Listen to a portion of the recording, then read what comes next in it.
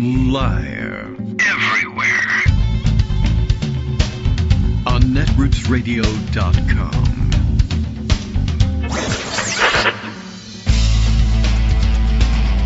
David Waldman. Kagro. In the morning. Now, here's David Waldman. Hey, good morning, everybody. How you doing? It is Tuesday, February 4th, 2025. Time to dive in once again for another show and see which parts of the federal government are left standing today and what's under attack. It was a very interesting day, like the fake saying that I think we established at one point wasn't really actually a famous saying of living in interesting times, the alleged curse. But, well, it was an interesting day, nonetheless, finding out all the things that went on yesterday, finding out all the things that were protested yesterday. Kudos to the people who have been out protesting, putting their bodies on the street in front of the buildings where most of this hijacking of the federal government is going on at USAID, but it's happening everywhere now, of course, and there'll be a lot of people who were once on the inside who actually know what's going on, who will have a lot more time on their hands in the coming days as they are being fired, locked out of the buildings, tossed out unceremoniously, having key cards deactivated, etc. Members of Congress finally showed up at it's in the Ronald Reagan Federal Office Building where USAID is headquartered. And as I understand it, several of them showed up essentially on the theory of, we'll go in and we'll demand to know what's going on, and we want to see the people and talk to the people who are doing all of this stuff and find out what the hell's going on around here. And they can't stop us. We're members of Congress. And guess what? They did, in fact, stop them. They put security out there. On whose orders, I have no idea, and they likely have very little idea as well. And they did stop them. They had their press conference outside, and I don't know what I would advise them at this point. You can't really just advise them, fight the security guards and get yourself arrested, though there are sometimes members of Congress who are willing to do that. But usually more along the lines of, I'm standing here in protest, and if you say move along, I'll refuse to move along, and if you arrest me, I'll take that symbolic arrest. Versus fighting the cops January 6th style. But actually, good point I did see somebody make here the other day that basically led us to understand that this is, I think it was Frank Ruta, one of our favorite, interestingly named people, one of our favorites to call out on the show, who said this is just a high-tech January 6th, what's going on. And in many ways, this is true, or I guess you could refer to it as January 7th. But I was thinking about some interesting through lines from the Brooks Brothers riots to the January 6th insurrection to this January 7th USAID massacre. And anyway, it's a little bit depressing. But I also saw Maria Cabas, who was at the heart of the early reporting. I think the first reporter out, you would say, she broke the story that of the, was it the OPM memo or the OMB? I think the OMB memo was her part in the story. Maybe she also had the OPM memo. So she's been on this for a long time, and many of the mainstream traditional press papers essentially stole her work and took it up and ran with it, and still haven't done as good or as thorough a job as she and some others have done. Wired magazine appears to be leading the charge in this. Might have to end up subscribing to Wired magazine. And as Maria points out, a couple of things. One, you wouldn't know it from the front page of the Washington Post that the government is being gutted from the inside out, except for the picture of the crane removing plane wreckage from the Potomac, which sort of hints at that. And I think one story was headlined something about the CDC recovering files that had been deleted in some sort of anti-woke purge in the early days of the Trump administration. But she was also pointing out quite correctly, probably just maybe an hour or so ago that I saw it and retweeted it. But a good point, saying it's my strong belief that repetition and continuity are essential right now. Members of Congress not let into USAID today, go back tomorrow. Keep going back and asking, what are you hiding until you get an answer? one press conference isn't going to impress upon people how important this is. And that's certainly the case, and we hope that that they get that message, that they already know that inherently and are going to be back to work on it. There's going to be very little to do otherwise, I think, in the Congress, although, Democrats do want to make sure that they do keep as many of their people around as possible for any floor votes that might come up. Procedural floor votes are going to be just as important as anything in slowing things down.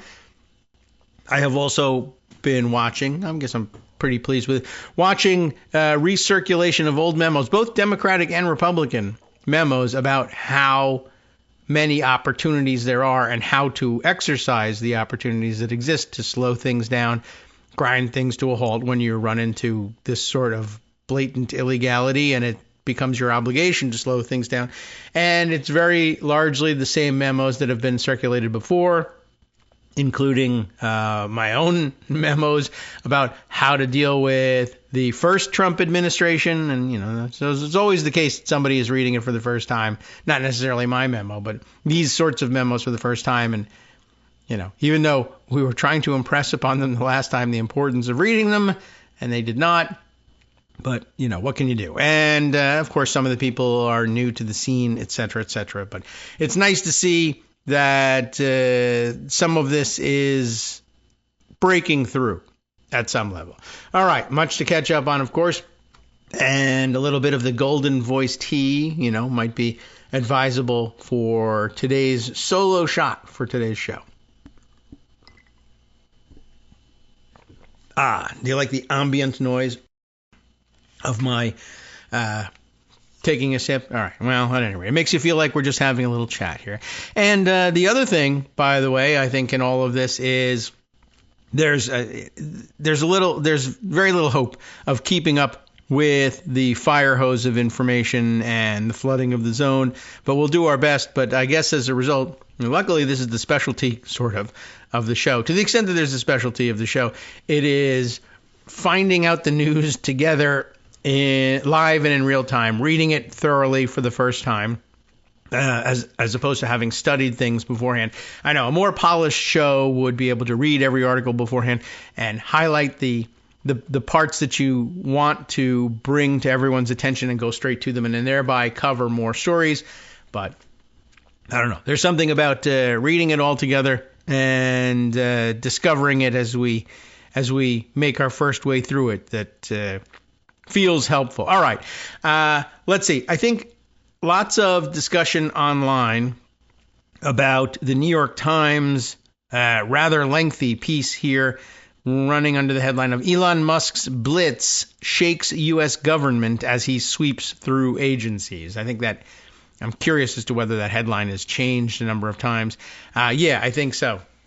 And that was the pocket version of it. I guess the now I've gotten to the New York Times page here. Inside Musk's aggressive incursion into the federal government is the running headline here. And even that got some of us, riled the wrong way. Aggressive incursion, it's a coup. Well, yeah, you know how it is with the editorial pages and editorial decisions like that. And they love to avoid that language. And of course, then there are, I'm sure, pedants who are saying, well, the definition of a coup is, okay, well, auto golpe then. Well, it's not even, all right. Well, so we're stuck with aggressive incursion. But this is their attempt at catching up on the news that others have broken. Maria Cabas, Wired magazine, etc. And some critiques already out there floating, just basically using oh-so-gentle language about some very, very illegal, facially illegal things, but it's difficult to get the mainstream polity to understand them as facially illegal when they're happening. People who are doing them are, in some cases, wearing suits. Now, in some cases, these are kids wearing T-shirts and blazers because that's all they got, or sometimes shorts because that's all they've got. But Elon Musk has a couple of suits, and it relies a lot on the appearance of officialdom. I just saw before coming on the air. Let's see, can I play this thing? I guess I can. Find it and let's see. I gotta find it and pocket it. so that I can play the audio for you. I wasn't planning necessarily on doing this, but this is audio of, let's see, who have we got? What's her first name? It's the Congresswoman she's from Staten Island or thereabouts, isn't it right? Malliotakis. I actually can't remember her first name. So we will, I've put it in there twice here in the Google machine. Nicole Malliotakis. So what is she? 11th District of New York. And I do think that's Staten Island, but I'm not positive offhand, but I do think that's the case. All right, let's see. I'll take a look over here. Oh, all right. Her constituency covers, Staten Island and southern Brooklyn. And what's really remarkable about it, she's on the air here on, CNN? And is this Abby Phillip who's questioning her? Well, it's a round table. It's not round, but it is round. Look at that. Well, I'll be darned. Oh, I don't know. Maybe it's I can't tell you the shape of the table, but what are there? 6 people sitting around the table. One of them is wearing a cowboy hat, and I can't tell you who it is or why they're doing it. But at any rate, there's an exchange between Malliotakis and Abby Phillip in which Malliotakis repeats what is now, I guess, the school litter box lie of the week, which becomes worse and worse every time Trump utters it. But perhaps you've heard the nonsense about, we sent Elon Musk to USAID because there's so much waste, fraud, and abuse. And it has been interesting watching Trump struggle to come up with enough words to explain what's going on there. And he's saying, well, frankly, I think a lot of it is waste. It's waste. And they're getting rid of the waste. And also, I'm told there's some fraud and abuse. So waste, fraud, and abuse, I mean, that's been the phrase for 30, 50 years. But it was interesting to see him struggle to remember what the other two words were. Anyway, Asen captures this video, as he frequently does, and it gets right to the point. Malliotakis fully believes this weirdo lie that we sent, Republicans sent Elon Musk to USAID to find this crazy spending and just stop it. Where's this money going? We got to stop it. Why, did you know that we found that there were $50 million spent sending condoms to Gaza? And how dare they? And isn't this ridiculous? And we got to put a stop to this. And now Trump has told that story numerous times. But yesterday at some point, he told the assembled press, who had, been shuffled into the Oval Office to watch him sign papers and hold them up for things. And by the way, I do suspect that the staff are just padding out his schedule, padding his day with signings that are unnecessary, proclaiming today is Tuesday, and he will just sign this thing and hold it up for people. It's official looking. It's the sort of thing that people think presidents do all day, sign papers at the Resolute desk in the Oval Office and proclaim things and order things to be done. It's like the new guerrilla channel for him, right? A way of keeping him busy for the day and make it look like he's doing something official. And the press sits there and laps it up and takes pictures of him and shouts questions to him, and he answers off the cuff. It's his favorite sort of activity. And this is the way they occupy his time. It's the new executive time, where he used to just watch TV and nap. And I'm sure he's doing that the rest of the day. But this is how they keep him busy. And during it, that press availability and stupid signing that he did yesterday, he went on to say, now he says, the thing is that Elon Musk, he's finding the waste and the fraud, and some say the abuse. And for instance, did you know $100 million? Think of it, $100 million for condoms for Hamas. Think of it. I love that phrase. Think of it. Oh, just like it's the new you take a look at. If you take a look at the condoms for Hamas, for instance, think of it. So it went from 50 million, which it never was, to 100 million, which it definitely isn't. And it went from the condoms for Gaza to condoms exclusively for Hamas. And you know what they're doing? They're making bombs out of it. And I wondered about that. And I thought, well, I guess it's something you could do. You could put some explosive material in there, or chemicals, whatever, and when you throw them and they break and the chemicals mix, it could be, I guess. But then I found out that I guess the lie that's circulating, the weirdo lie that's circulating among them, and I'm not certain where whoever knows where it came from, but I think, I can't even remember who repeated it, that it made it to my attention. The idea was, no, they're making little bombs and they're using condoms and they're, I guess, filling them with helium and floating them as bomb balloons out over Israel. Well, I really, really, really, really doubt that. And of course, it's not true. And so anyway, it's gone to $100 million for condoms for Hamas. And by the way, no, none of that is happening. There's a USAID program. They're obviously interested in contraception and disease control. And a lot of that means sometimes contraception, very often pills or injectables, but also condoms to some extent because of their disease transmission prevention abilities.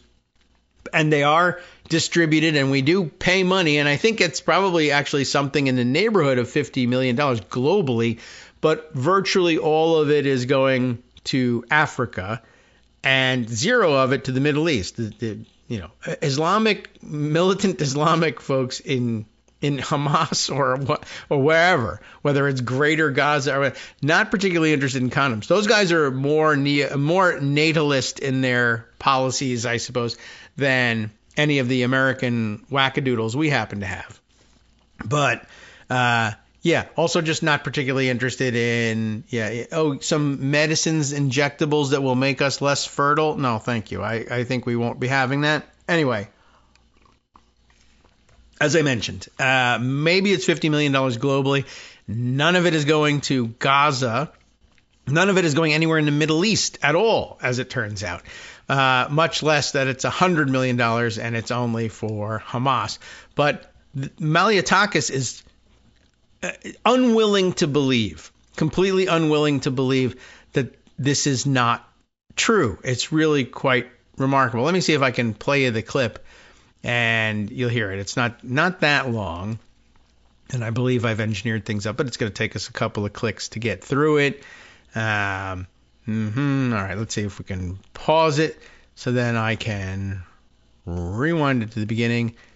Turn on the sound and let's go. Okay. You have these bureaucrats. This is Malliotakis complaining about these bureaucrats. Okay. And then a jumble of voices, but this is Malliotakis speaking, and then it's Abby Phillip responding in the end. Sitting at these agencies, they come before Congress, we have hearings, we try to get to the bottom of where this money is going. $50 million for condoms in Gaza, for example. Congresswoman, no, but these are real things. No. You guys are rolling your eyes like as if these are not actual line items. These are actual line items. We know that there was not $50 million spent for condoms in Gaza. Okay.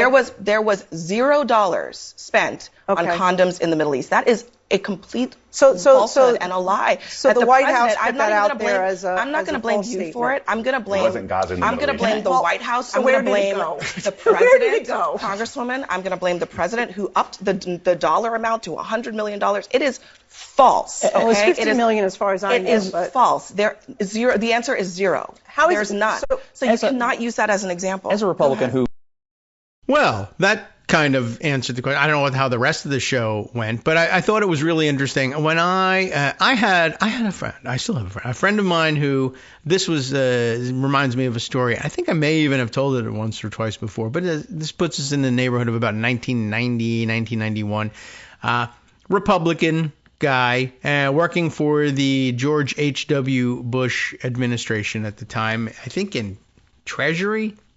At any rate, it was an interesting experience. It had been brought up very Republican. His dad was a Republican politician where he grew up, and I believe may even have served in Congress at one point, ran for governor of his state at one point. At any rate, it was just interesting, always interesting having his perspective. Things weren't quite as crazy in 1991, but of course we were getting involved in, or had been involved in the war in the Persian Gulf, so that was a bit of a flashpoint. And at any rate, we had all rented and watched the movie Salvador at some point. And this was something of a revelation to my Republican friend who had never, heard the backstory about it and what the United States was doing with Contra rebels and death squads in El Salvador, et cetera, et cetera. And he was astonished by it, but he was saying how ridiculous the movie was, not acknowledging that it was a true story. He was astonished that, well, how could this possibly have been going on when it was illegal to do? And we were like, well, the administration was doing it anyway and just lying about whether or not they were doing it and lying about what was going on. And he was astonished, lost, gasping for breath, but basically just said, yeah, right. The president of the United States is just going to lie, just going to get out on television, just totally lie about anything like that. Yeah, yes, absolutely. What was interesting is, of course, Republicans then spent the next 10 years insisting that the presidents lie every day because the president was then Bill Clinton. And then, of course, later on, Obama, why he lies about everything. And here we have this Congresswoman, Malliotakis. There was a point in which I felt like stopping it each time, but it's a point in which she said, oh, yeah, right. So the White House just put that out as a false statement. Just from the audio, you can't tell that she's not saying, oh, well, sometimes false statements get out there and what can you do? But she's rolling her eyes at it and then accusing everybody else of rolling their eyes. Did you hear her saying, you people are looking at me like I'm crazy. You're rolling at your eyes like these aren't real things. This is a real line item. No. You hear them say it and you can hear the urgency in their voice. It's not. It's $0. This is a total lie. And to make it worse, the president didn't even tell the same lie twice. Now it's $100 million. She didn't even mention, Abby Phillip, that it had been narrowed down to, well, these are condoms exclusively for the use of Hamas. Holy cow. But she's sitting there like, well, yeah, right. I'm the crazy one here.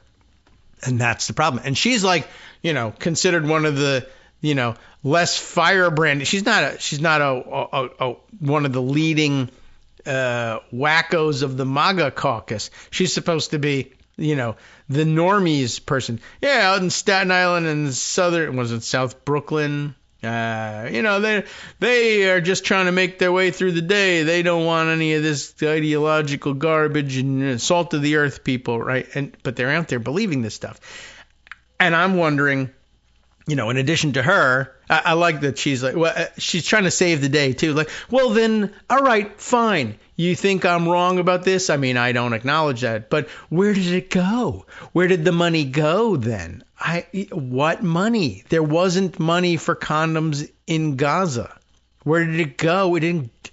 Ellie, you didn't go anywhere. What are you talking about? Where did it go? And also, why don't you know? Right? All right. Well, at any rate, I thought you were doing oversight hearings all the time. Well, we do, and we learn things like this. Anyway, so as I'm watching other people reporting on the technical aspects of what's happening inside Treasury, inside USAID, inside these back offices where Musk's interns essentially are rewriting the code that controls the disbursements from automated disbursements from the U.S. Treasury to their liking, to their whims. And by the way, extremely complicated stuff and extremely sensitive coding. And anytime you launch a change, there's months and months of closed system testing that goes on before they're ready to launch this. If a tiny glitch happens in this stuff, $1 trillion gets misrouted or doesn't reach its destination and parts of the economy start to break down. That's why they make sure they run these tests for months and months and months ahead of time before they launch a software change. And they're just winging it because they're used to doing it Silicon Valley style. Twitter went down for an hour, a day, a week. No one cares. People get upset about it, but it's not like people aren't getting their Social Security checks, and we're not paying for people guarding ISIS prisoners or what have you, as we learned in the last couple of days. And they're handling this code, and for instance, does a 25-year-old kid who's a tech major who's never, maybe taken a humanities course in their life, have any idea between, for instance, I don't know that they're even dealing with this stuff, but if you're trying to figure out the federal budget, it turns out the federal budget is a pretty complex beast, and very few people understand it thoroughly. I mean, just thinking about the appropriations process as we deal with it on the congressional side, like, does the person doing this have any idea that there are different types of funds? Do they know the difference between authorized funding, appropriated funding, obligated funding? I mean, there's a complex document, the federal budget. Many different kinds of money, different states that not the states of the union, but different states of existence that funding can be in. Things that are future obligations. If they're just looking at dollar signs and deleting things, who knows what the hell's going to happen with this stuff? I can't predict it, but I'm just wondering, it also worries me a great deal. I know that's some technical knowledge, and you might even be able to get some help with it. And I understand that the employees that they haven't fired, who do have this technical expertise, are hanging around and actually sort of helping just more out of a concern, not because they believe in what they're doing, the Musk people, that is, but they want to make sure that no catastrophic errors are made with their changes. And there's no telling what they understand and what they don't. Do they understand the types of funds that they're looking at?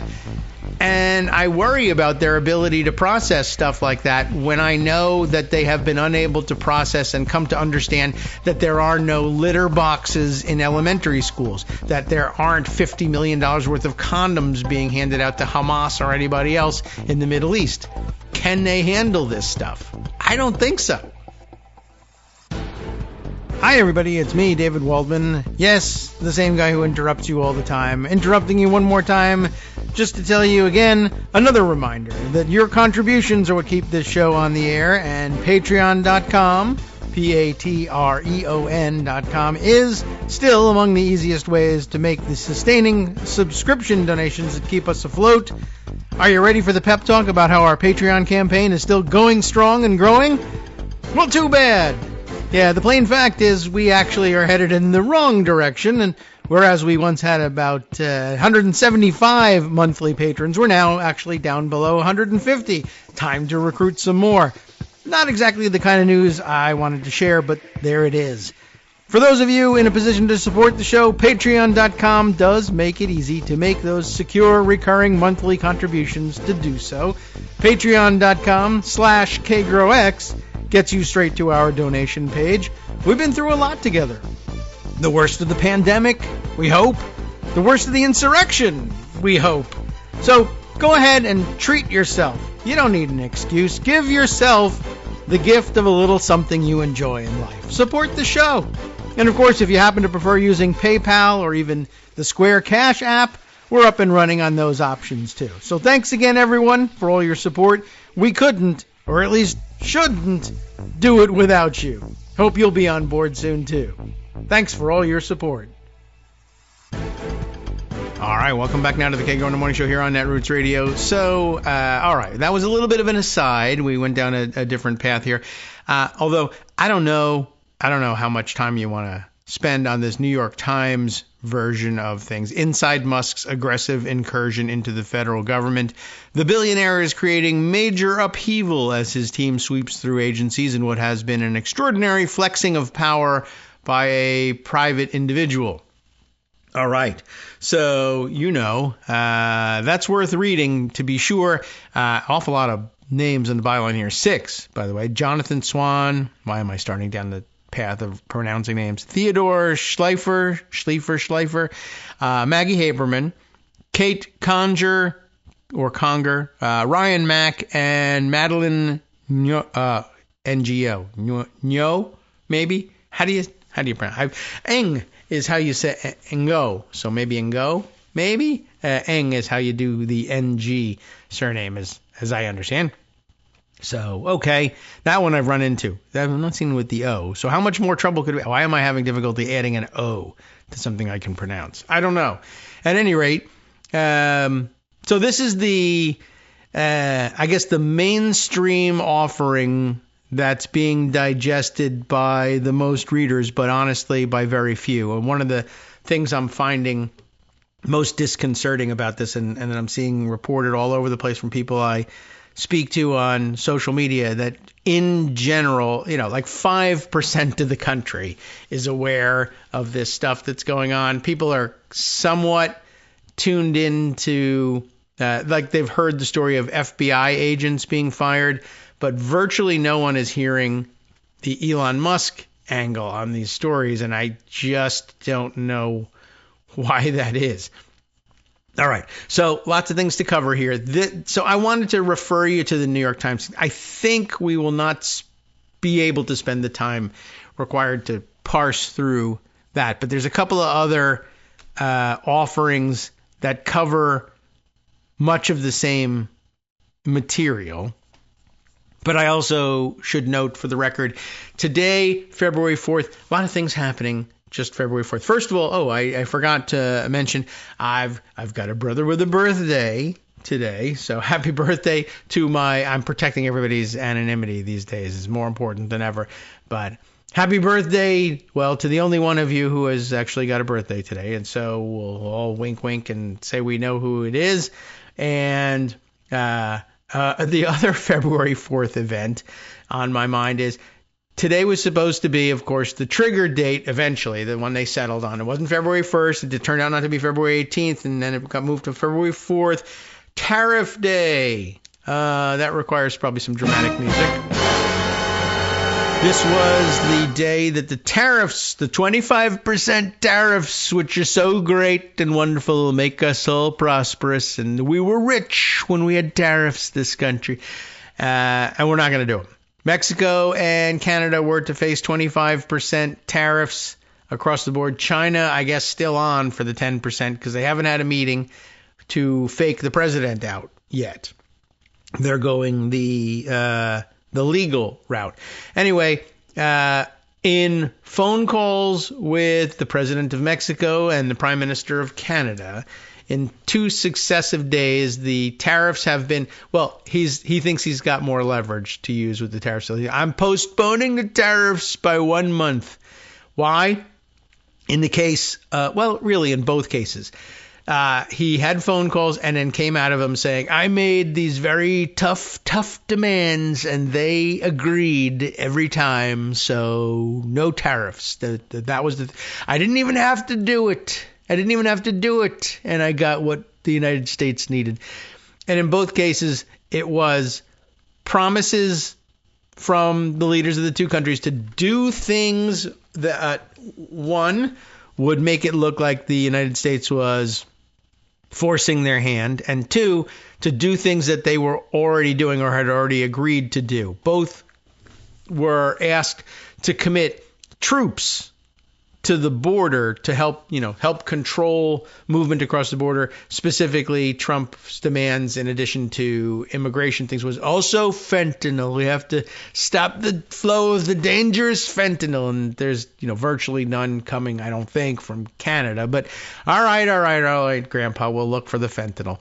And I want you to put troops on the border. Now, the Mexicans, interestingly, the Mexican government had at some point committed something like 15,000 troops to their border to try to control things and tamp down on the cartels and drug trade, etc.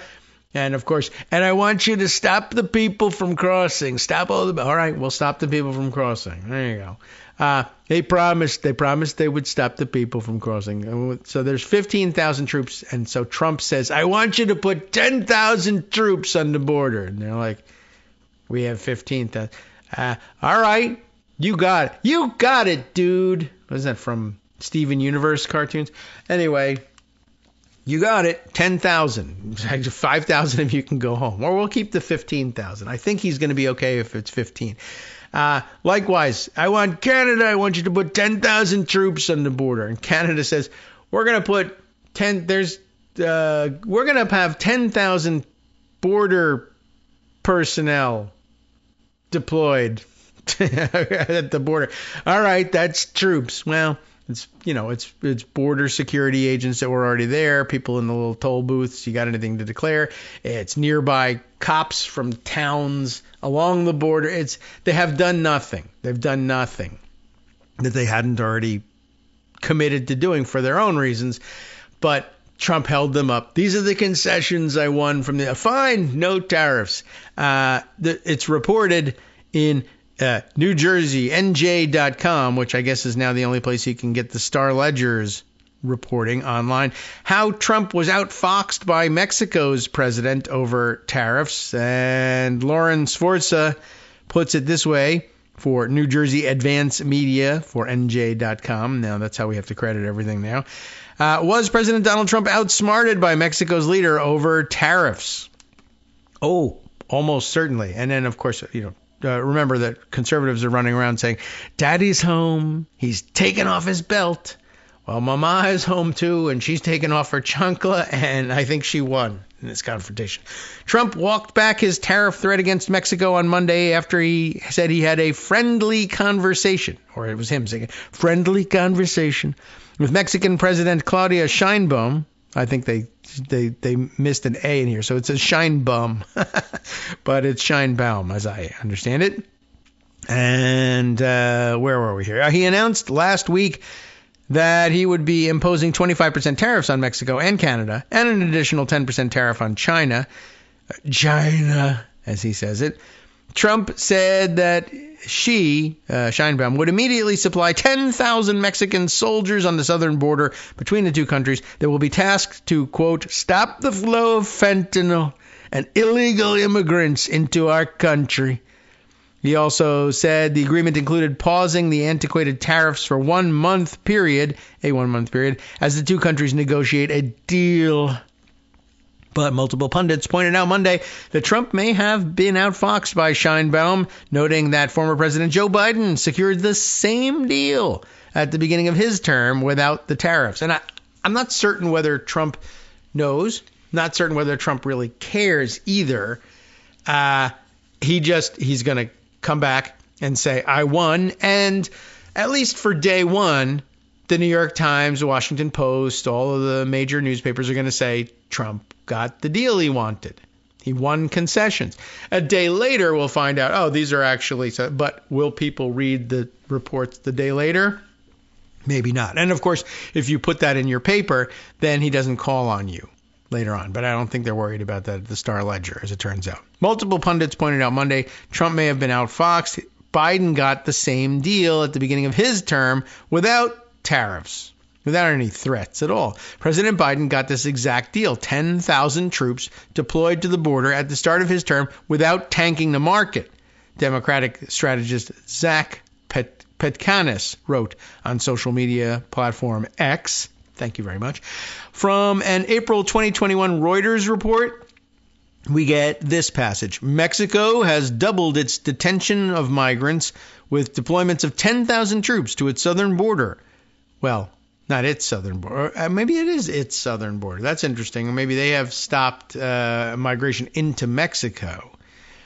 And could Trump be complaining about that? I want the 10,000 troops or another 10,000 on the border with the United States. Interesting. Good question. The White House spokesman Jen Psaki said on Monday, back in April of 2021, as Washington leans on regional governments to help slow arrivals at the U.S. border. Reuters reported in March that Mexico had launched enforcement operations for rounding up immigrants transiting illegally toward the U.S. border and stepped up its efforts along its border with Guatemala. Political scientist Norman Ornstein praised Sheinbaum for her smart move. By the way, we're done with the Reuters report now. This is current. Ornstein praising Sheinbaum. Claudia Sheinbaum is very smart, quote, conceding to Trump something that has been a reality for 4 years. Actually, since there are 15,000 Mexican troops there, she can go back to Trump in a month and propose adding another 5,000 in return for some more concessions from him, he wrote on X. The U.S. and Mexican leaders announced the pause after what Trump described on social media as a very friendly conversation. And he said he looked forward to the upcoming talks. Trump said the talks would be headed by Secretary of State Marco Rubio, even though he's busy as the acting head of USAID, as it turns out. Secretary of the Treasury Scott Bessent, but he's busy giving away the store to Elon Musk. Secretary of Commerce nominee Howard Lutnick, and high-level representatives of Mexico. Highest level. I look forward to participating in those negotiations with President Sheinbaum as we attempt to achieve a deal between our two countries, the president said. I forgot to do his voice. Thought this might be Marco Rubio speaking. As a condition ahead of the talks, Sheinbaum laid out changes in border policies, and Trump confirmed Mexico's deployment of troops. Mexico will reinforce the northern border. Now, that is something. Like that, maybe they are talking about two separate things. What would be amazing is if he said, I want 10,000 troops on the northern border. All right, we'll put 15,000 troops on the southern border. Deal. And yet, Trump did allow the news to go forward that the deal had been made. It's struck. It's all good. No tariffs. Now, it may be that he says, well, no tariffs because I believe they're going to put an additional 10,000 at the northern border. And if in a month I don't see 10,000 at the northern border, I'll reimpose tariffs. Don't listen to this, by the way, Mr. President. Then maybe they've got something. It's interesting, too. I mean, I got to tell you, I saw the headline and I said, this is hilarious. I can't wait to read this because he's so dumb. But as I'm reading it, wait a minute. These are two different things here. So I don't know. I mean, he's dumb, but there's other dumb people too. And I'd like to be sure we have it right. That would be nice. All right. Well, anyway, let's see. As a condition ahead of the talk, Sheinbaum laid out changes in border policies. Trump confirmed Mexico's deployment of troops. Mexico will reinforce the northern border with 10,000 members of the National Guard immediately to stop drug trafficking from Mexico to the United States, in particular fentanyl, Sheinbaum posted on X. That's a different border. The United States commits to work to stop the trafficking of high-powered weapons to Mexico. Now that's something that you didn't see Trump mention either, and he may have no intention of doing. And that might be it. That might be the understanding. Well, you didn't. It's a month now. Time for tariffs because you didn't put 10,000 troops on the northern border. Well, you didn't stop the flow of guns to Mexico. And then they'll trade insults. And in the United States, they'll say the United States won. And in Mexico, they'll say Mexico won. And then what? I don't know. Okay. Well, that's one of the big news items. And now I'm a little bit confused about some of that. And now, really, I wanted to go to some of the other stories about what's going on behind closed doors. And there are so many of them. By the way, also happening today on Capitol Hill, some more votes on cabinet secretaries. I believe RFK Jr.'s confirmation vote. Does it come to the floor today? So we'll see where that goes and whether there are any spines to be found among the Republicans. I think we just lost one spine, which we never really had here. Susan Collins, to almost no one's surprise, I'm sure, has finally given in on Tulsi Gabbard. Says she's fine. I'm going to vote for her. She's a Russian agent, but, what can you do? I'm a very reasonable person. I'm very deeply concerned, which I'll express in giving away the keys to the store. All right.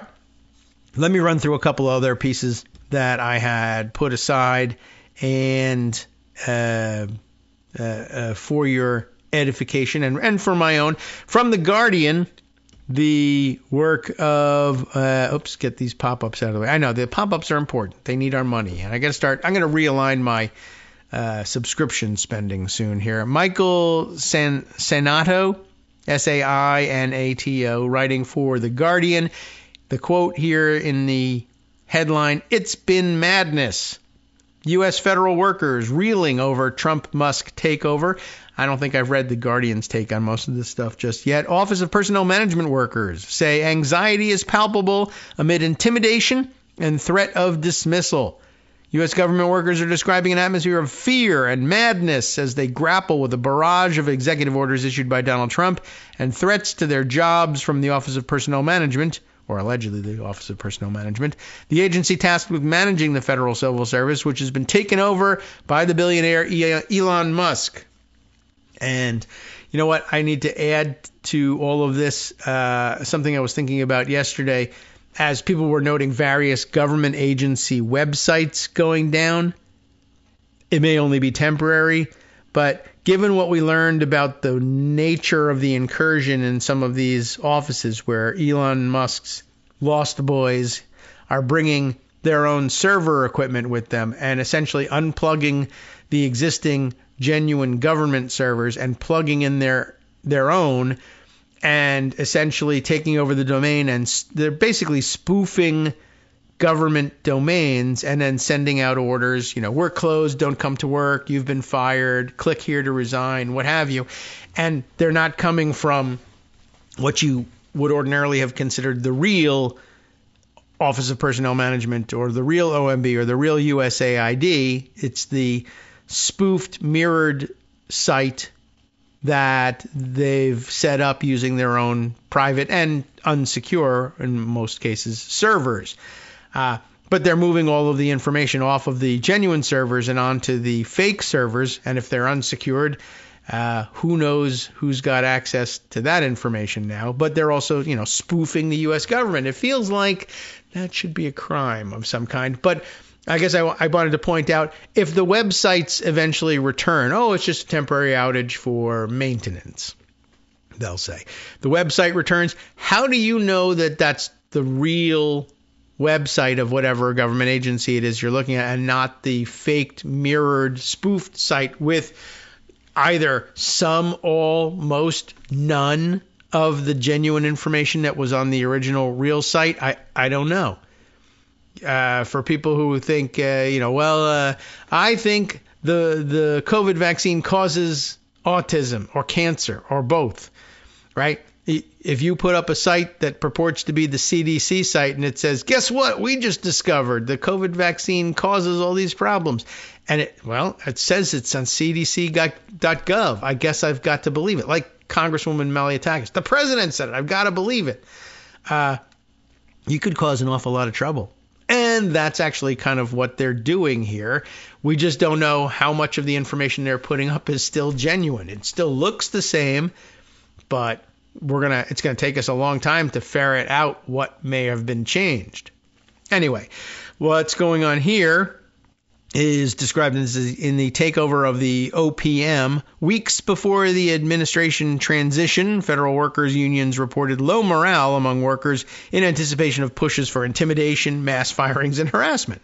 That will lower morale. And then, of course, the possibility that your whole agency could be spoofed and you'll have no idea whether you're fired or not, and people will have no idea whether the information you're reading is real or not.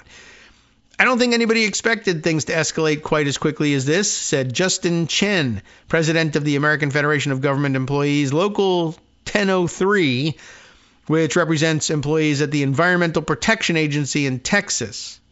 He said that the Office of Personnel Management had not sent out mass emails to agencies and employees before, and when he saw the first email, he thought it was a phishing attempt, right? And it was, essentially.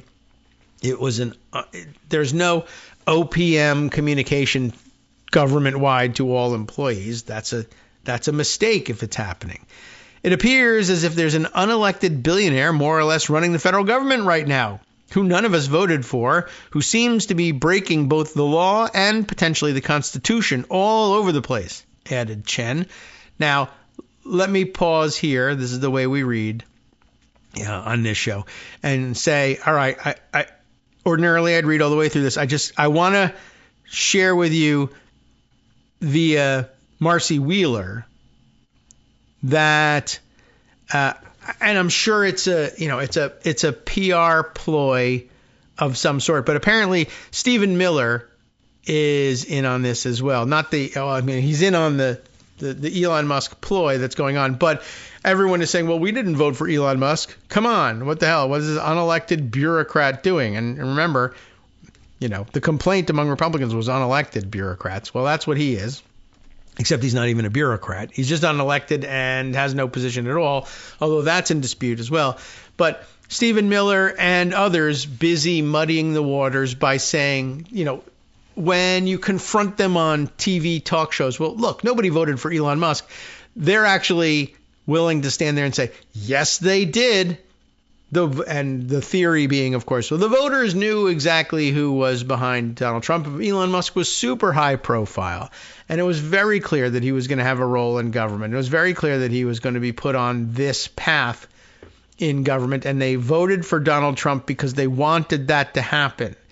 And it's a little bit metaphorical, but it's also a little bit not. They're doing this to confuse and disconcert people for a reason, more flooding of the zone.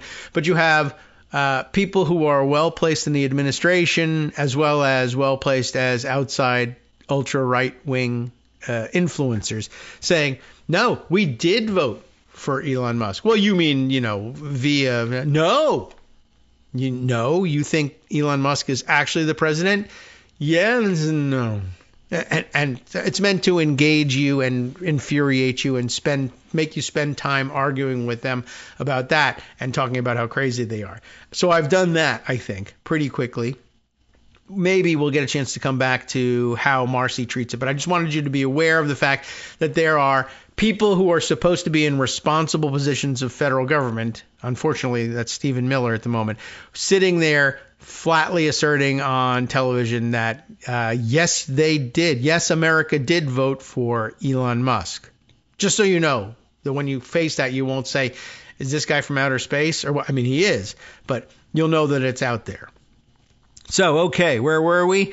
Chen, the union representative, saying, it appears that the richest man in the world is literally causing most of the problems for my membership, and no one elected him. Quite frankly, who's the president right now? Who's actually running the show? That is a good question. I mean, certainly not the mentally diminished Donald Trump, they spend the day signing meaningless things and having him watch television and then make up garbage about condoms. But who is it? Since taking over the Office of Personnel Management, Musk's team has also gained access to the U.S. Treasury payments system and has claimed Trump has agreed with him in efforts to shut down the United States Agency for International Development, USAID, of course, the independent federal agency responsible for administering foreign aid and development assistance. It's been madness, said an employee at the Equal Employment Opportunity Commission, EEOC. Kind of a big deal. Headquartered in Washington, who requested to remain anonymous for fear of retaliation.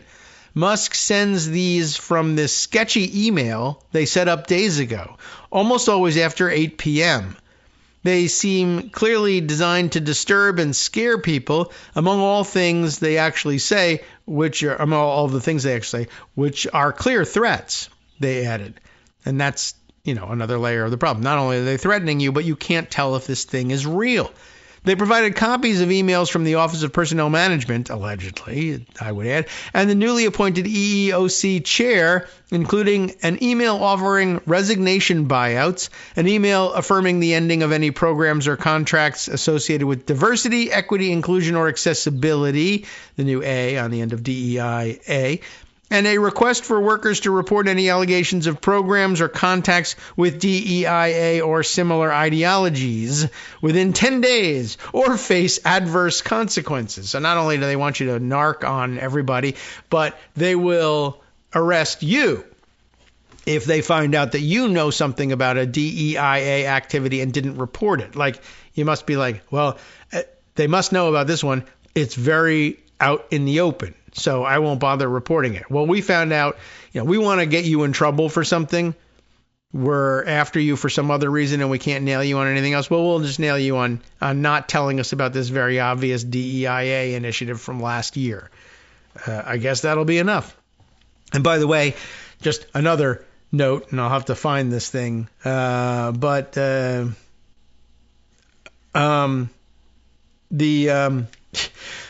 story I saw the other day, as I'm making a note to myself to try and find it for you. I think I saw General Michael Hayden, out there, maybe on Blue Sky. I don't know if he's off of Twitter yet, but pointing out that, like over at NSA headquarters or whatever, they have a display in the lobby of, history of the NSA, and there are some plaques up.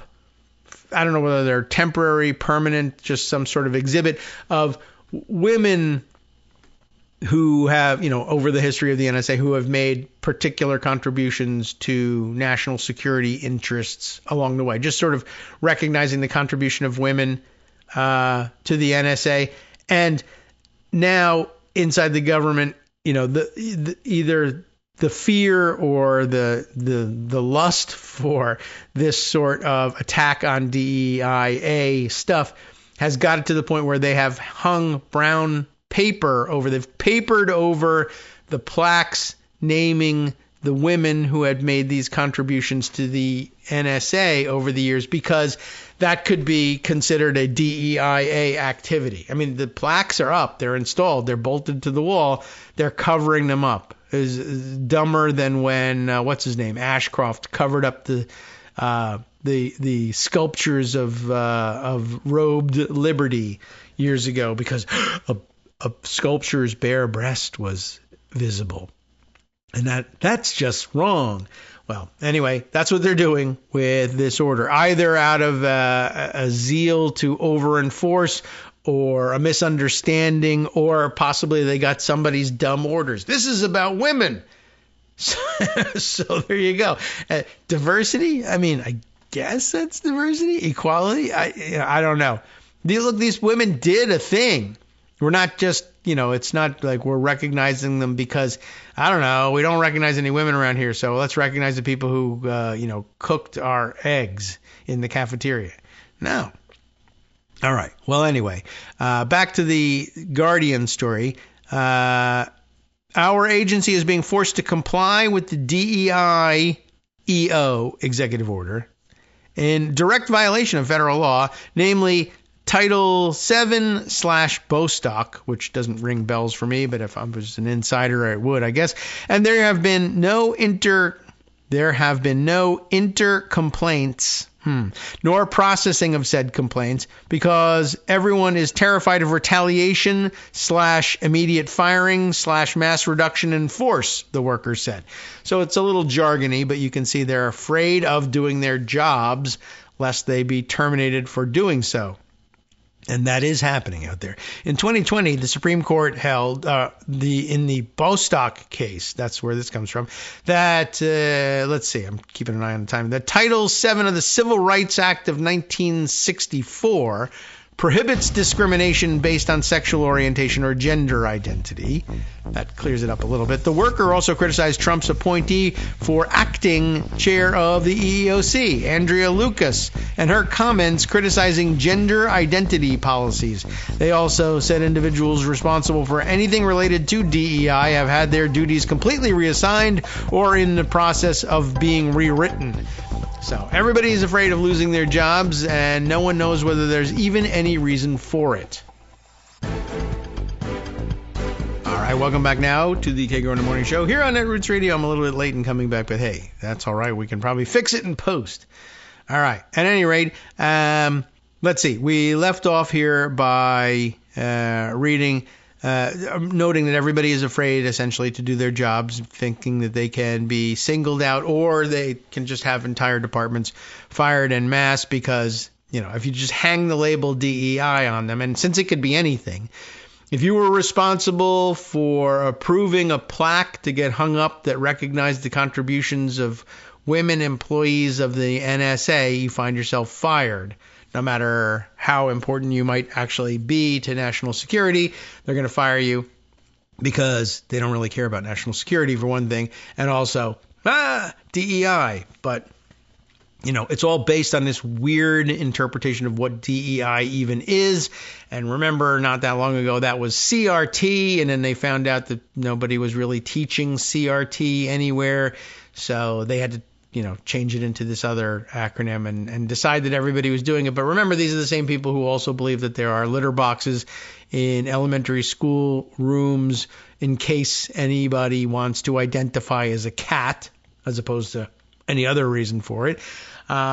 Or that there are $50 million worth of $100 million worth of condoms being given to Hamas. If you believe that, you're not going to be able to sort anything out, much less the federal budget and federal hiring practices.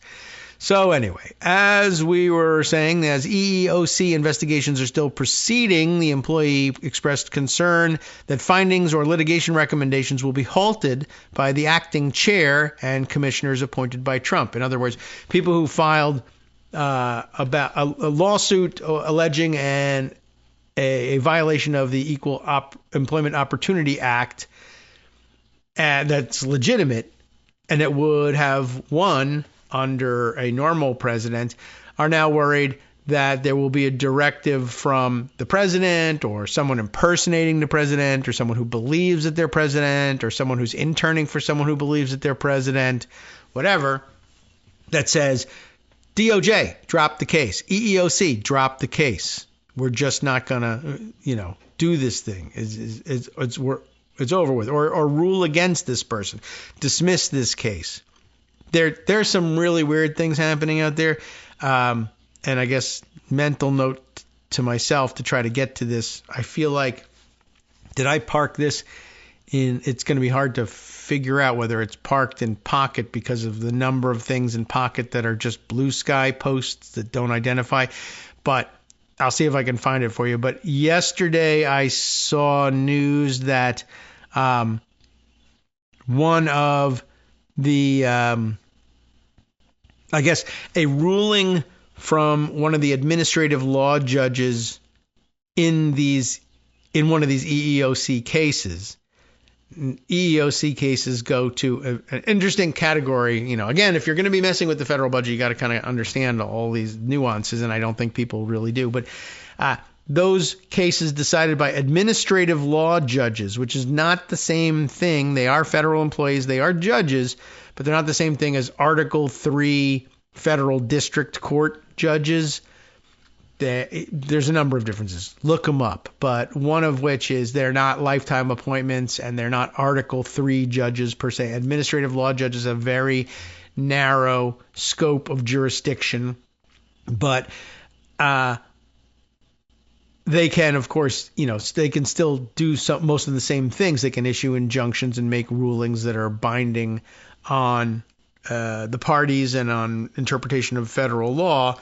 But I guess one of the EEOC administrative law judges ruled that, and I don't even know the subject of the matter at hand, but made a ruling and issued a injunction against some of the, I guess, OPM, OMB dismissal activities, mass dismissal activities, issued an injunction and emailed that notice of that restraining order and that injunction out to, I know they're different things, but and I know I'm not certain offhand which one it was. That's why I want to find the material on it. But issued a ruling, and ordinarily this gets then, I guess, opened at the OPM, OMB, whoever it is, the Musk Lost Boys open the thing up and say, oh, there's a court order for us to stop. And what apparently happened, because once you assume control of the federal IT systems, I guess you can do something like this. Apparently, they essentially deleted their copy of the order that they had been ordered by the court. A court of competent jurisdiction had ordered them to stop their activities. They deleted the message. Well, that's one thing. Who cares, right?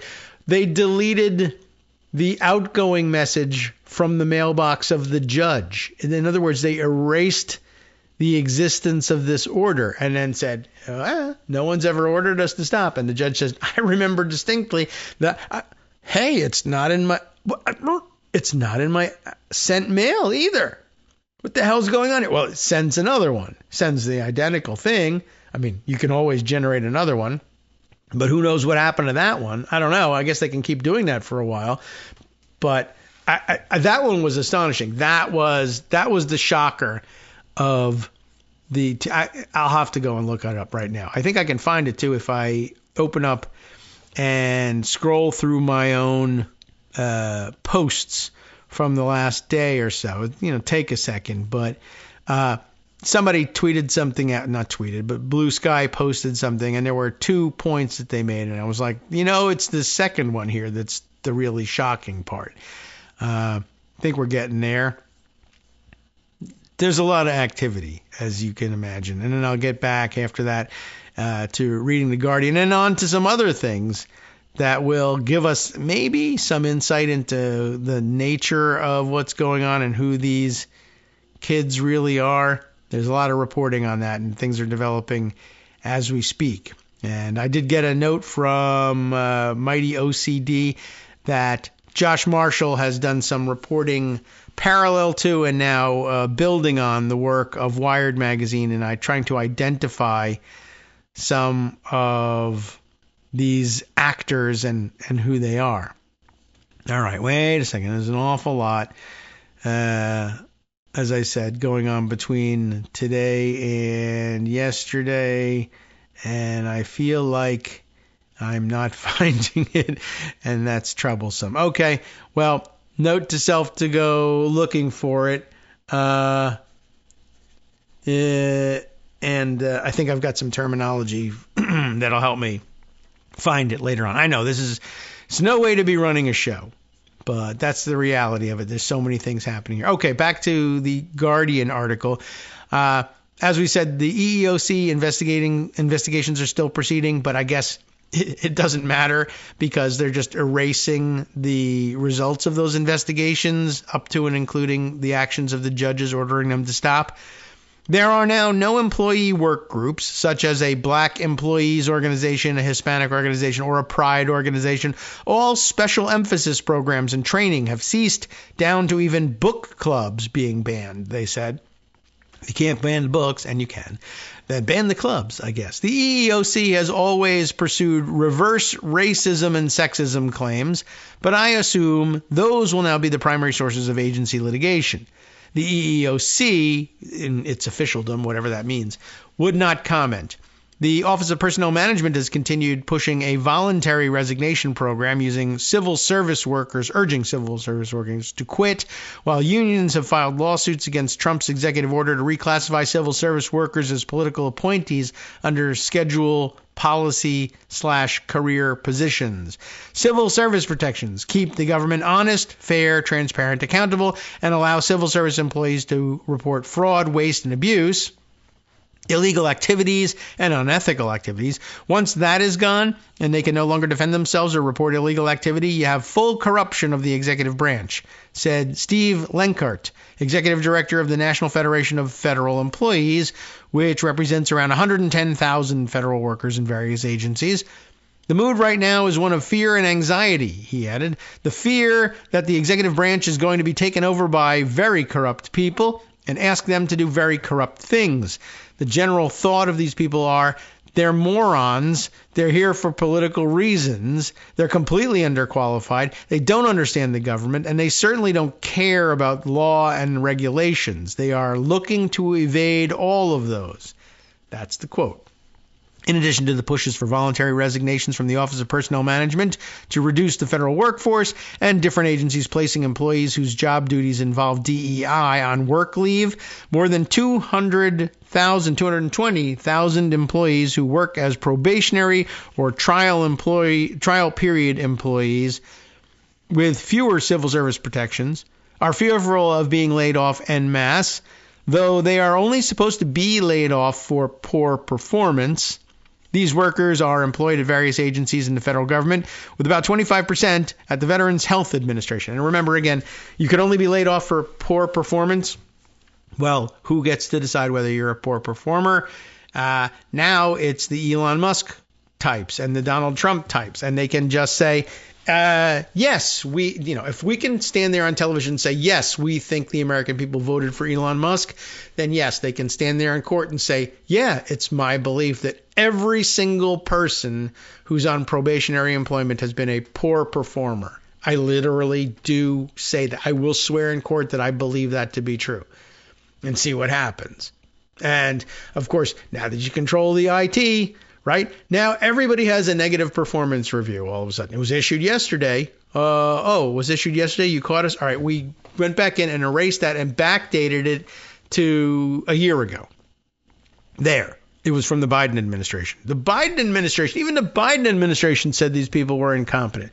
No, they didn't. You forged that. Opinions differ.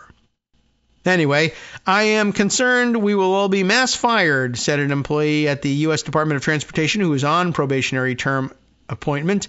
Teams would be hobbled and gutted. It would be like closing your eyes and randomly throwing acid on a flower garden. You would just have dead spots and no planning for which ones. All right, that's the Guardian take on things. And as I said, there are several. And now I guess maybe we'll head back to Pocket and see if I can find, well, some of the things that I'm looking for and some of the other things I wanted to share with you.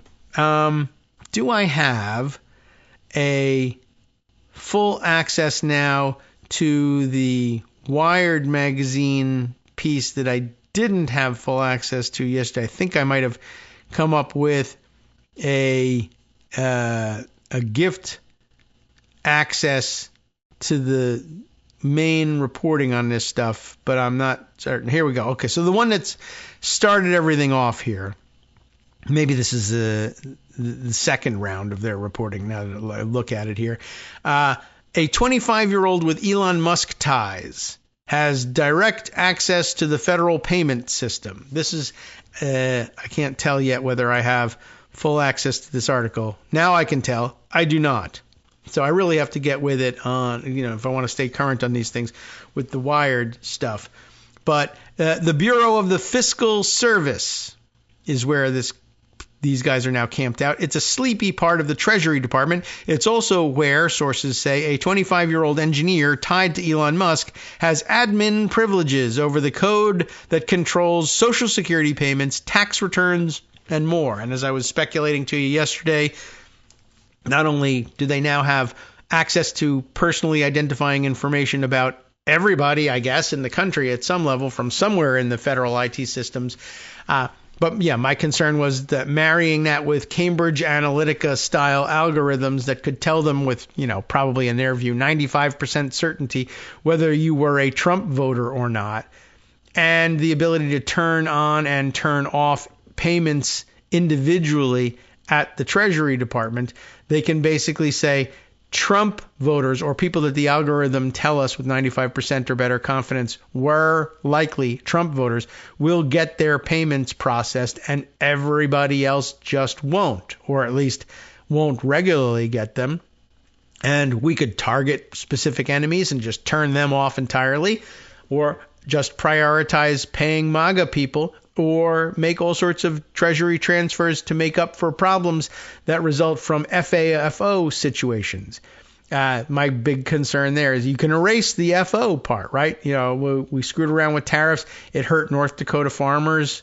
It hurt North Dakota farmers worse than anybody, and they were as Trumpy as everybody. And all right, well, I'll tell you what, we'll send you money to make you whole.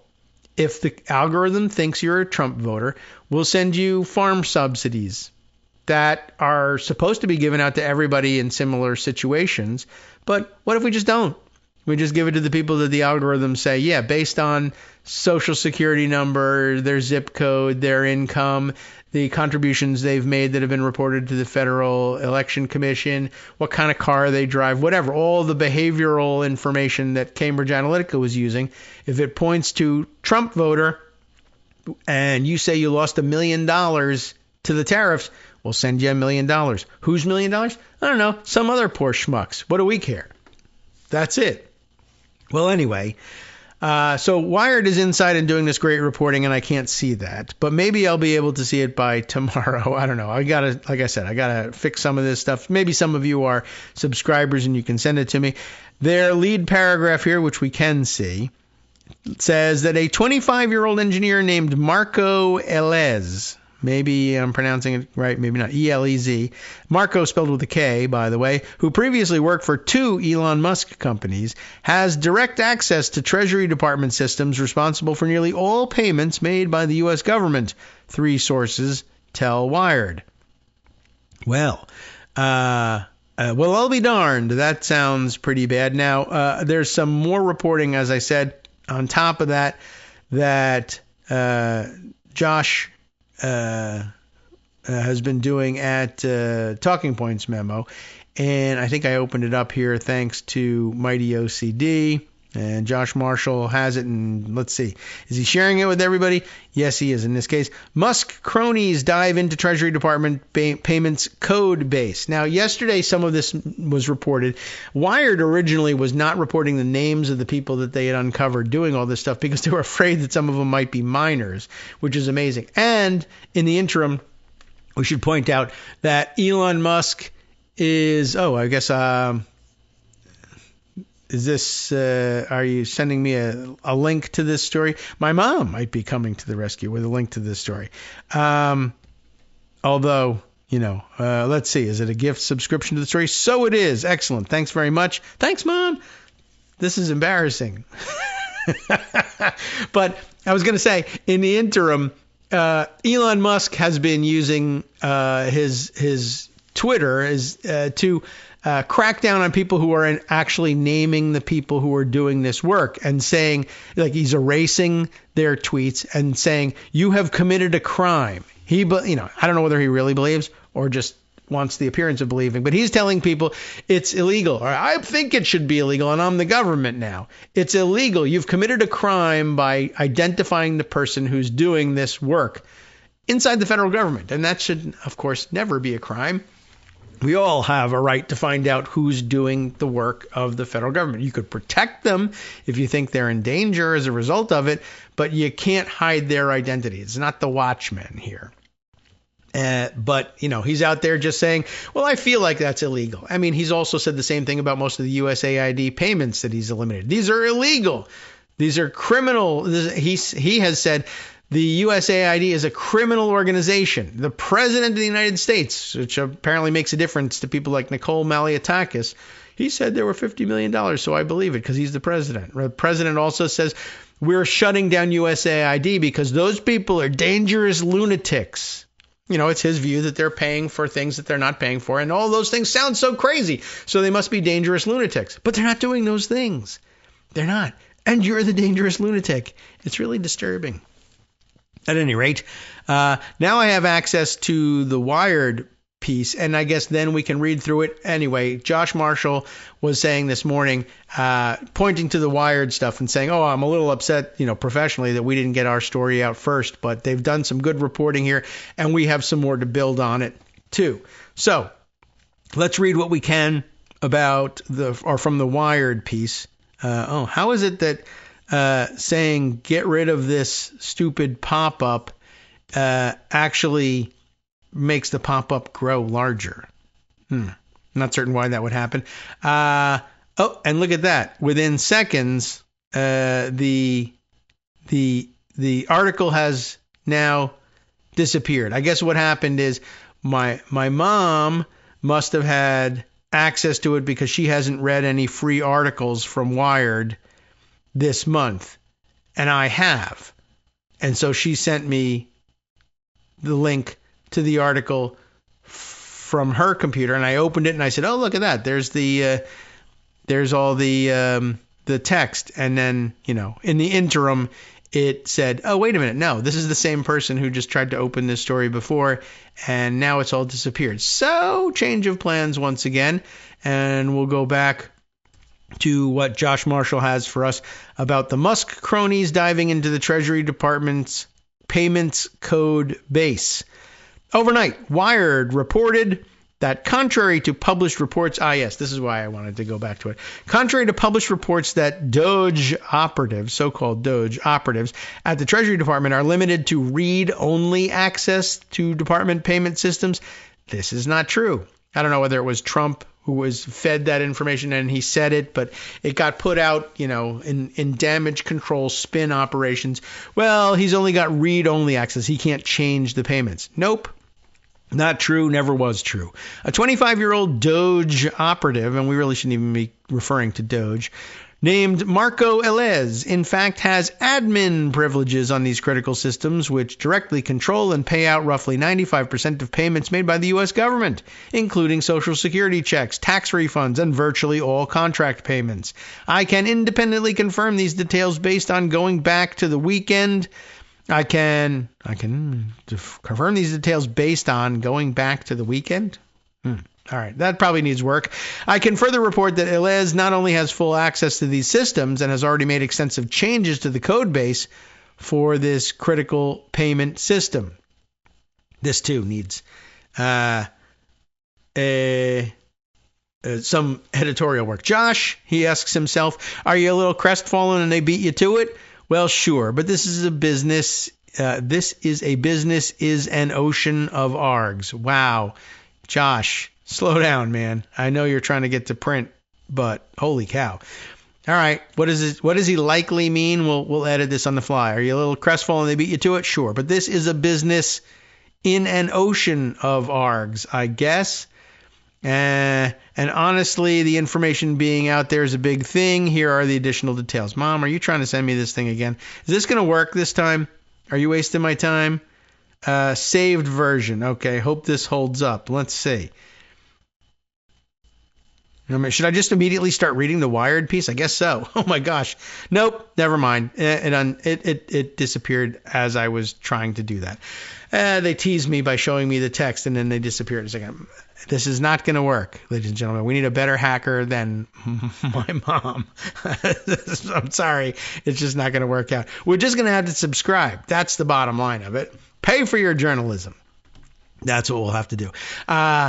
And all of you can help me do that. How about that? Hey, why not head over to Patreon and or the Cash App or PayPal and do a one-time transfer. Pay for the subscription price to Wired. I think I can manage it. I don't know. I haven't looked at it. I mean, sometimes I say I'm going to subscribe to one of these things and I go and I'm like $75. And based on a full year, it's really not that bad. But, whenever you get hit with that upfront price. Well, that's the same thing as here, right? We say, well, I don't know, $5 a month. I guess, all right, I can do $5. I can't do $10 a month as a Patreon subscriber, but that's like 50 cents a show. But yeah, when you add it all up and you put $10 a month, that's going to add up. It's going to be $120 at the end of the year. Yeah, that's true, right? And it would make me say, what? No, forget it. 120 or even less. $60. I don't know, man. But on a per show basis, it's not bad. Well, on a per article basis, for The Guardian, which I go to 100 times a year, maybe I should. Wired, less so. Anyway, Josh Marshall was saying that he's told that Elez and possibly other Doge operatives received full admin level access on Friday, January 31st. The claim of read-only access was either false from the start or later fell through. The Doge team, which appears to be mainly or only Elez for the purposes of this project, has already made extensive changes to the code base for the payment system. They have not locked out the existing programmer / engineering staff, but have rather leaned on them for assistance, which they appear to have painedly provided, hoping to prevent as much damage as possible. Damage in the sense not of preventing the intended changes, but avoiding crashes or a system-wide breakdown caused by rapidly pushing new code into production with a limited knowledge of the system and its dependencies across the federal government. Phrases like freaking out are, not surprisingly, used to describe the reaction of the engineers who were responsible for maintaining the code base until a week ago. The changes that have been made all seem to relate to creating new paths to block payments and possibly leave less visibility into what has been blocked. I want to emphasize that the described changes are not being tested in a development environment, i.e. not live, but have already been pushed into production. This is code that appears to be mainly the work of Elez, who was first introduced to the system probably roughly a week ago, and certainly not before the second Trump inauguration. The most recent information I have is that no payments have as yet been blocked, and that the incumbent engineering team was able to convince Marco to push the code live to impact only a subset of the universe of payments the system controls. I have also heard no specific information about this access being used to drill down into the private financial or proprietary information of payment recipients, though it appears that the incumbent staff has only limited visibility into what Elez is doing with the access. They have, however, looked extensively into, it says into twice, the categories and identity of payees to see how certain payments can be blocked. Adding further anxiety about the stability of the system, there is, I'm told, a long-term scheduled migration to take place, to take place this weekend, which could interact in unpredictable ways with the code changes already described. Someone tell Josh to go back in and edit this thing. To give some further sense of the atmosphere, you seem to have multiple government engineers / programmers who are being pressed into assisting Marco and doing code reviews for them, terrified that the whole system will end up going down. Meanwhile, Marco, identified now by Wired as 25-year-old Marco Elez, which you did earlier in this piece and you need to edit out, refuses to identify himself to most or likely all of these new colleagues by anything but his first name. That's really interesting. I suspect that the publication of Wired's article last night was the first time most or perhaps all of them learned his last name or even got assurance that Marco wasn't some kind of an alias. More information to come, and I hope more editing to come as well. All right, so it's getting scary out there, and what can I tell you? This is the best and latest reporting we've got.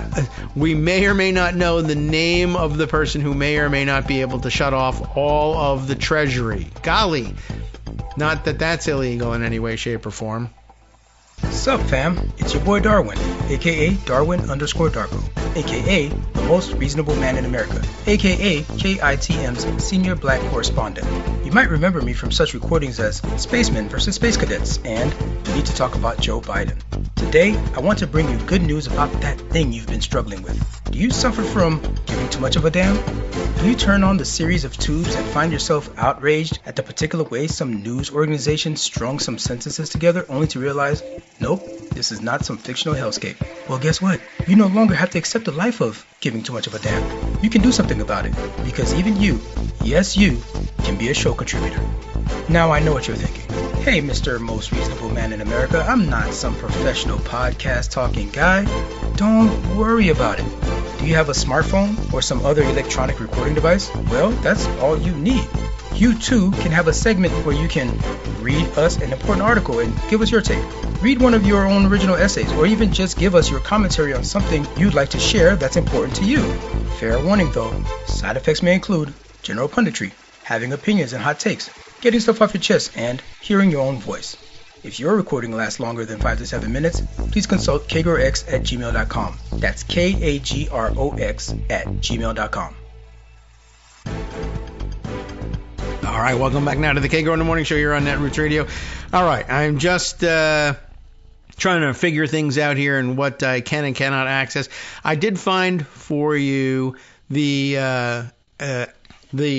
post that I was reacting to earlier yesterday, I guess right after showtime, I suppose, about the shocking development with the judge here. And I reposted the post of Abby Vesulis. I don't know Abby. I don't think offhand. Let me see if I can find out from her profile who we're talking about here.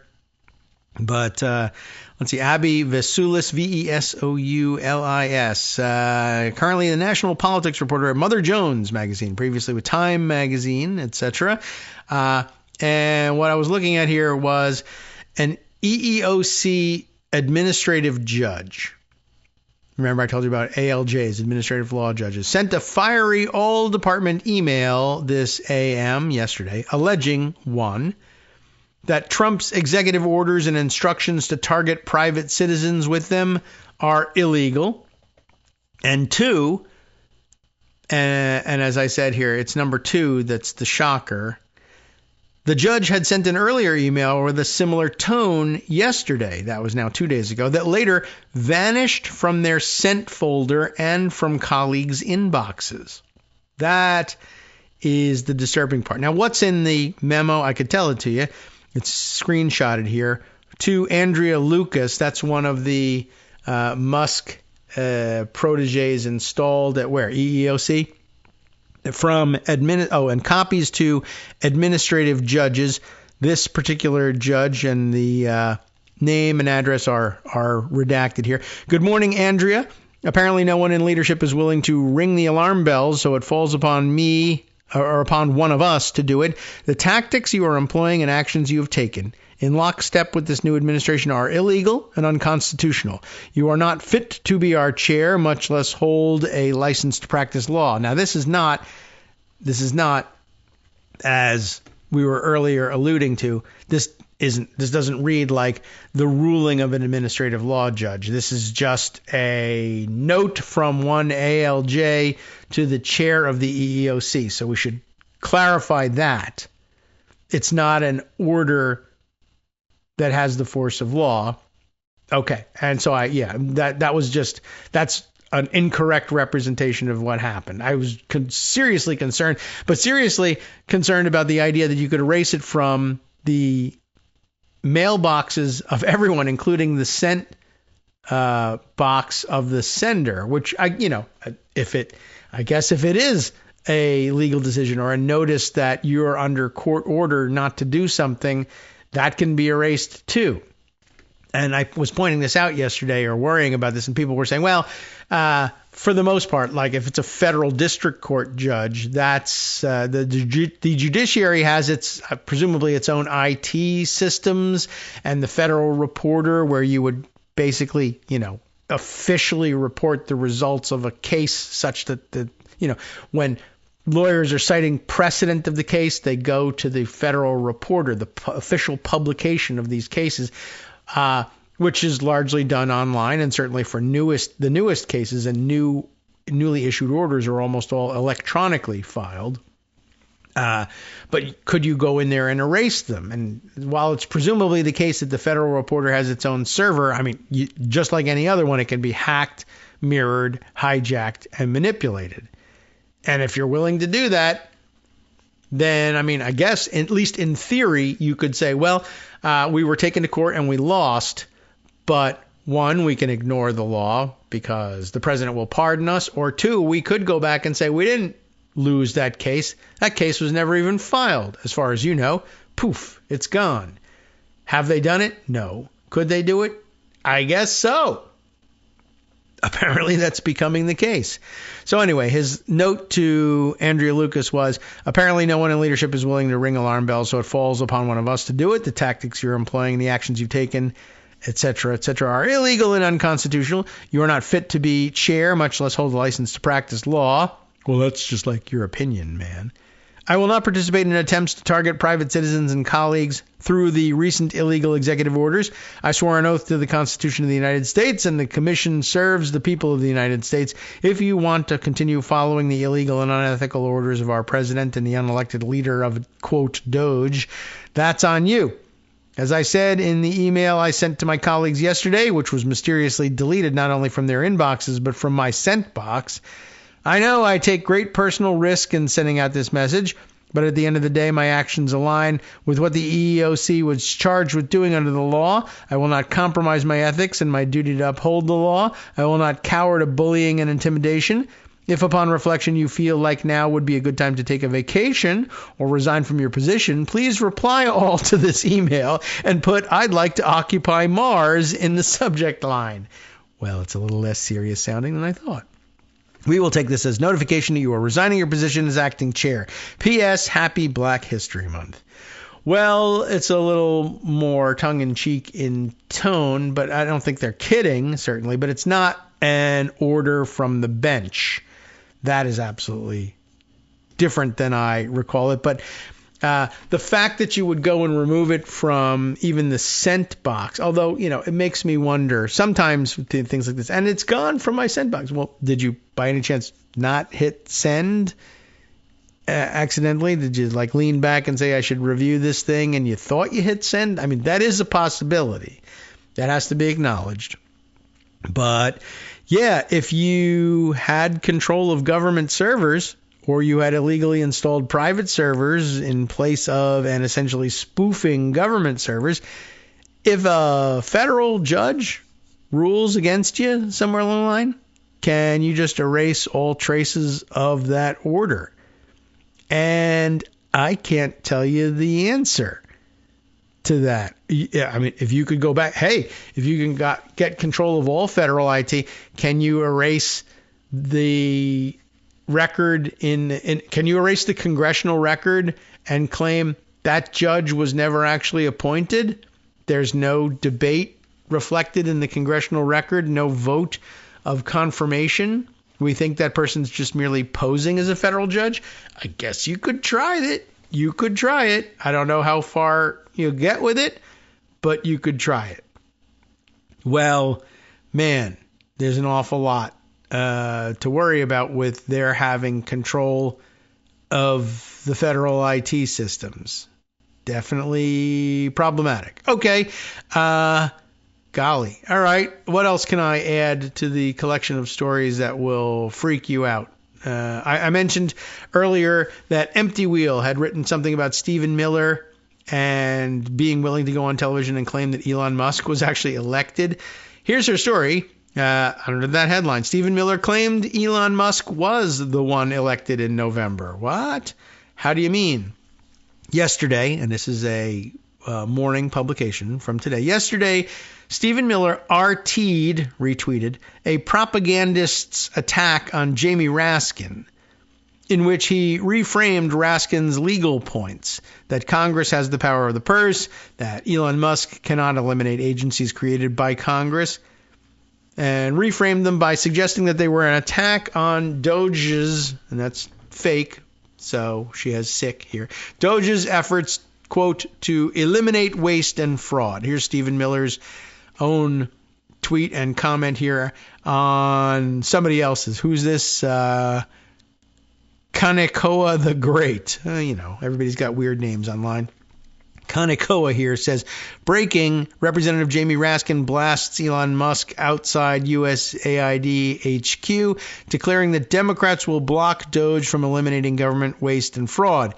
Elon Musk, you didn't create USAID, is the quote that he pulls from Raskin's thing. Miller adds in retweeting this, Democrat politicians hate democracy. They don't believe voters have the right to elect a president to drain the permanent unelected D.C. swamp. Of course, Musk is unelected. The Miller, Marcy writes, suggested that Democrats defending the Constitution hate democracy because, Miller said, quote, voters have the right to elect a president to drain the permanent unelected D.C. swamp. With his RT, the deputy chief of staff of Donald Trump's White House suggested Elon had been elected. Elon, not Trump. Well, I don't know. If that's the case, he's, I think, as I read it, my first read of it would be that they don't have the right. Democrats believe the voters don't have the right to elect a president to drain this permanent unelected D.C. swamp. I would guess that Miller says, no, I meant Trump, and then Trump could appoint Elon to do these things. And I mentioned earlier that there was some dispute about this appointment, by the way. Yesterday, there was some sort of announcement from somewhere, I guess, in the White House trying to clarify what is Elon Musk here. And they decided he was a special government employee. I think that's the terminology for it, which is a real thing. And there's a real statute and federal regulations regulating their status and what they can and can't do and how they're appointed. The only thing is, I don't know what you have to do mechanically to appoint someone as a special government employee. And there's some limitations on the length of their service, so that's something, but they intend to, I'm sure, break that law as well. But I think somebody remembered from last time, oh, yeah, special government employee. We can designate him as one of those. But like I said, I'm not sure of the mechanics of how that's done, but I can tell you this. If there's an appointment necessary, I don't know that it's necessarily the president who has to appoint them. They could be department heads who are allowed to appoint them. But I would think, I would find it very difficult to believe that Trump, if he were authorizing this, or they're using this as backfill information, oh yeah, he's a special government employee. Trump would absolutely have, whether it was necessary or not, would have insisted on there being a document prepared for him to sign with his scribbly signature and his felt tip Sharpie pens, and he would be holding it up to the cameras. There's no way he would have foregone the opportunity to sign a document appointing Elon Musk to do this task if he had really done it. I think that they didn't do anything, and Musk went in there with no particular authorization and no particular paperwork and just started doing things. And when the White House realized, oh, yeah, there's actually a way we can make that look legit, they said, we did that thing. I don't think so. I don't know why Marcy is interpreting Miller. Maybe there's more to the post. So let's see if she convinces us to come around to her view of things. According to Politico, propagandists were posting this argument on X-Itter, that's what she calls Twitter, Zitter, I don't know whether this is X-Twitter, with Elon RTing them to assert his own legitimacy. On X, Musk reposted accounts arguing Americans voted for Musk to play a major role in the Trump administration. You get the idea? But there's a big difference between Drano, I guess that's Drain the Swamp guys, and Eric Doherty suggesting, are those the two people who did it? Musk reposting the accounts. It's linked here. The big difference between Drano and Eric Doherty suggesting that Elon, not Trump, was elected, and Stephen Miller doing so. Do they? Let's take a look. I hate to look at anything from Twitter, but let's take a look and see what they say. Here's DC Drano. I don't know who that is, but he's a guy. Rogan O'Handley, I guess, is the name he wants you to believe is his real name. Dems keep saying no one elected Elon Musk. Yes, we did. Elon was very visible with Trump, and we elected Trump to utilize Elon in cleaning out corruption in our government. Same goes for Tulsi, RFK, and Kash. We voted for all these people to do exactly what they're doing. This is in response to Elizabeth Warren saying no one elected Elon Musk. So, okay, sort of figuratively saying, more than figuratively, but this is just some dude, DC Drano, whoever the hell that is, saying, yes, we did vote for him. But apparently Elon retweets this, and that's said to be of some significance. There's another one here. We'll open up. I guess this is Elon Musk now retweeting Eric Doherty, who is assistant news director, Florida, I guess, FL Voice News. Okay. And he says, we elected Donald Trump, who ran on giving Elon Musk the ability to slash government waste. So, no, we did vote for this. Trump didn't keep this a secret. This is also in a response to Elizabeth Warren. So, the claim is tenuous, but it's there. But there is, she says, a big difference between Drano and Eric Doherty suggesting that Elon, not Trump, was elected, and Stephen Miller doing so, that I still don't see that Miller really even did so. But you could interpret it that way, and it still doesn't mean much. Meanwhile, this New York Times article suggests that the White House isn't in control of what Elon is doing. And I think this is the one that we were not reading so far, inside Musk's aggressive incursion into the federal government. So that New York Times article suggests that the White House isn't in control of what's going on. And here's the clip. This will help us digest this piece without actually having to spend the time reading it. Give me the highlights. Senior White House staff members have at times also found themselves in the dark, according to two officials who spoke on condition of anonymity to describe sensitive discussions. One Trump official who was not authorized to speak publicly said Mr. Musk was widely seen as operating with a level of autonomy that almost no one can control. And then a snip to the next section here. This time, however, he carries the authority of the president, who has bristled at some of Mr. Musk's ready fire aim impulses, but has praised him publicly. He's a big cost cutter, Mr. Trump told reporters on Sunday. Sometimes we won't agree with it and will not go where he wants to go, but I think he's doing a great job. He's a smart guy. Then another snip. Several former and current senior government officials, even those who like what he is doing, expressed a sense of helplessness about how to handle Mr. Musk's level of unaccountability. At one point after another, Trump officials have generally relented rather than try to slow him down. Some hoped Congress would choose to reassert itself. Well, that's not happening. Mr. Trump himself sounded a notably cautionary note on Monday, telling reporters, Elon can't do and won't do anything without our approval. And we'll give him the approval where appropriate. Where not appropriate, we won't. If there's a conflict, he added, then we won't let him get near it. It depicts a fight that last week was pitched, and with a link here as to who pitched it, as proof that the chief of staff, Susie Wiles, had managed to limit Elon's access to Trump by denying him an office in the West Wing as instead.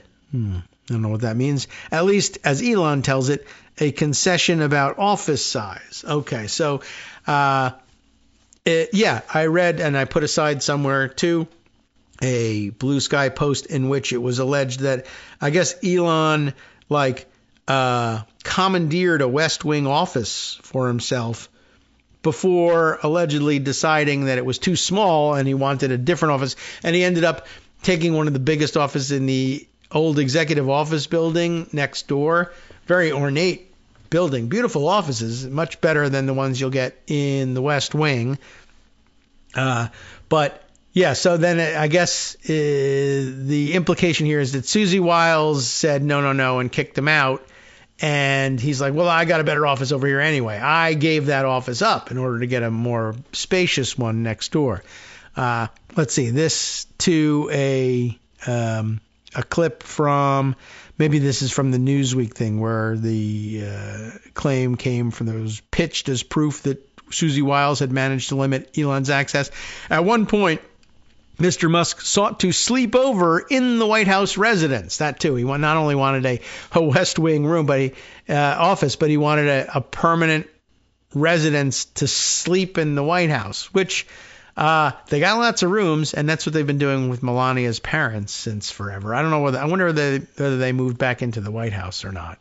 I remember that they lived there the first term. Anyway, Musk sought to sleep over in the White House residence. He sought and was granted an office in the West Wing, but told people it was too small. Since then, he has told friends he is reveling in the trappings of the opulent Secretary of War suite in the Eisenhower Executive Office Building, where he has worked some days. Amid all of that, it notes Elon's ties to Miller. This is back to Marcy here, linking a story that focuses on immigration, not destroying government. The link here reads, he has a close working relationship with Mr. Trump's top policy advisor, Stephen Miller, who shares Mr. Musk's contempt for much of the federal workforce.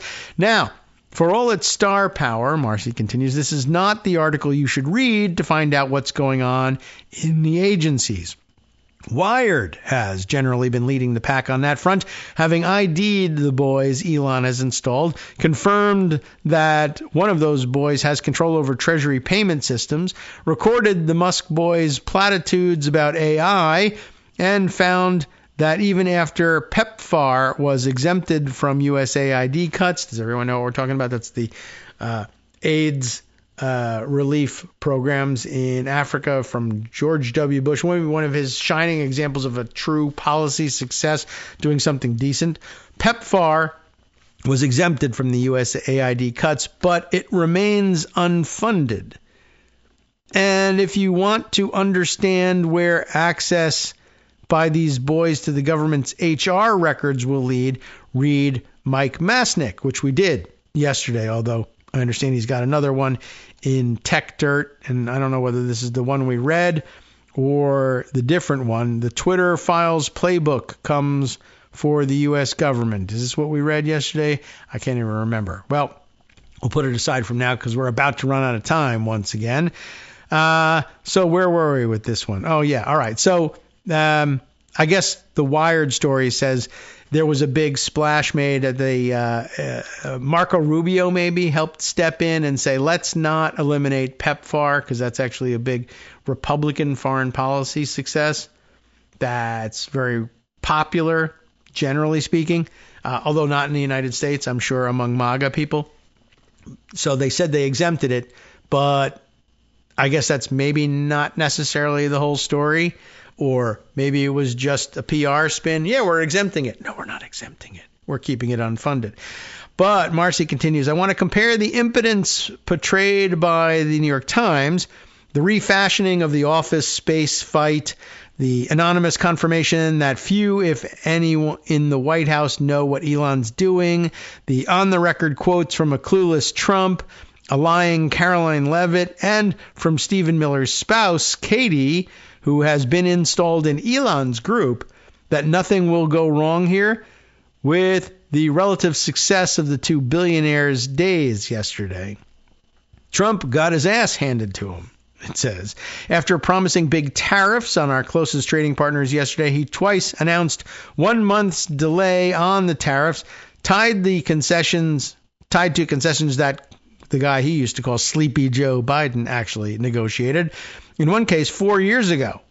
Worse still, both Claudia Sheinbaum and Justin Trudeau beat Trump to the microphone, and in Canada's case, their ambassador showed up on Fox News to make it clear Canada had already agreed to the things Trump was hailing as a big concession, while Biden was still president. Better yet, some journalists have learned the lesson of the Columbia negotiation, quote unquote, in which the same thing happened. What I've been calling the TikTok/Columbia play. Right? Leavitt's lies about the concessions may get less and less effective moving forward each time she tries to claim that Trump is some great deal maker. I suspect that between the time Trump announced tariffs and the time he capitulated, senators and possibly even Rupert Murdoch told him how insane the tariffs were. I further suspect that these discussions involved a quid pro quo, perhaps tying a Susan Collins vote for Tulsi Gabbard, for example, in exchange for a reversal on tariffs that might affect Maine. However, Trump was talked off that cliff,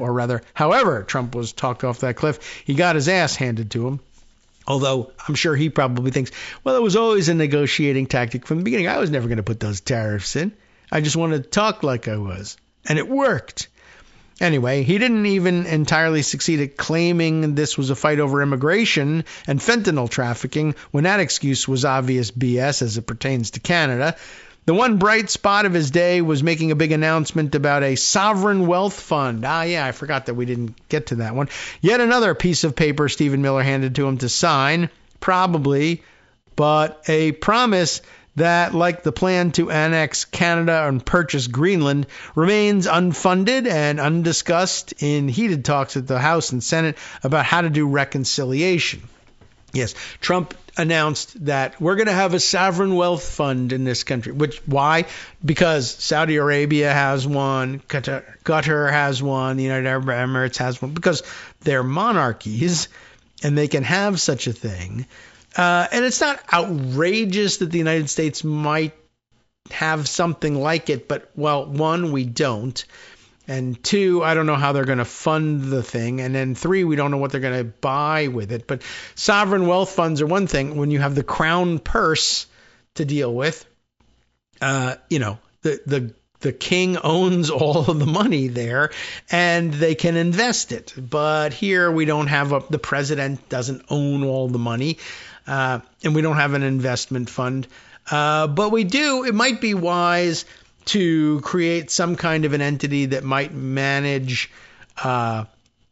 secured instruments that come into the possession of the United States, like when you seize companies or shares in companies or cryptocurrency or whatever. You might want a fund that can deal with those things, but we don't have it yet.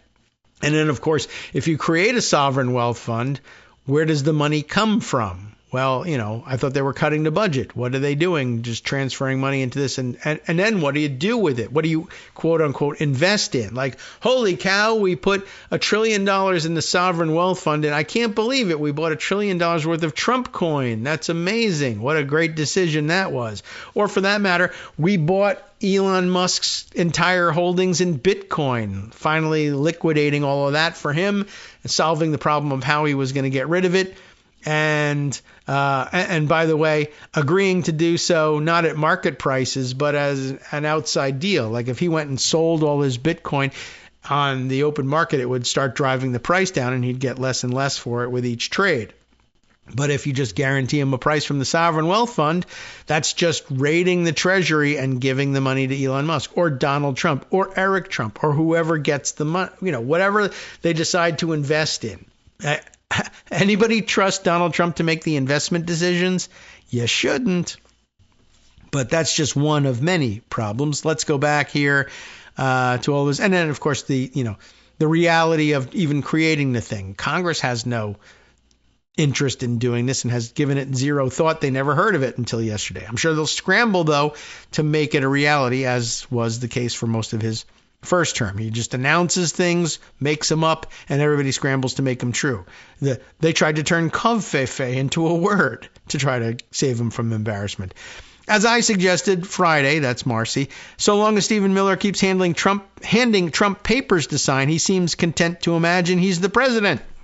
Meanwhile, Elon did succeed in getting the Trump whisperers at New York Times to accept that his attack on bureaucracy, which started with an agency with a $40 billion budget, 1% of government expenditures, USAID, I guess.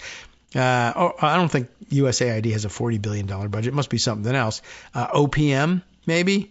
And he's never glanced at the agency with an $800 billion budget that has never passed an audit. What are we reading here? Another clip from, is this maybe from her? I don't know. I don't see what the link is to. But it's time for us to play our outro music as we read over it here. Mr. Musk has told Trump administration officials that to fulfill their mission of radically reducing the size of the federal government, they need to gain access to the computers, the systems that house the data and the details of government personnel, and the pipes that distribute money on behalf of the federal government. Musk has been thinking radically about ways to sharply reduce federal spending for the entire presidential transition. The whole thing, wow.